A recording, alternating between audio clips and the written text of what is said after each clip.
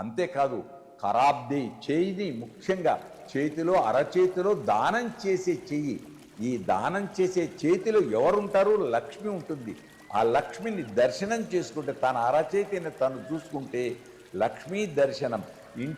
తన ఇంట్లో నుంచి బయటకు వెళ్ళేటప్పుడు తులసి వృక్షాలను, దేవ వృక్షాలను దర్శనం చేసుకొని దండం పెడితే వృక్ష ఆరాధన అన్నిటికంటే గొప్పది.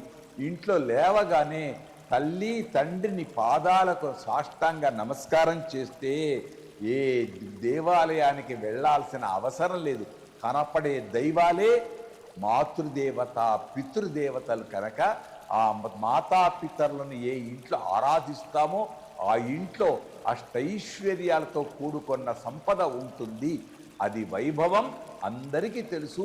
ఇది మహాభారతంలో గొప్పనైన చరిత్ర ఉంటుంది. విందాం, తెలుసుకుందాం. శుభం. అంతేకాదు నిద్ర లేవగానే అనగానే ఒకటి గొప్ప, ఏ దేవాలయానికి వెళ్ళినా ఆ దేవాలయంలో దేవుడి ముందు అద్దం ఉంచేస్తాం.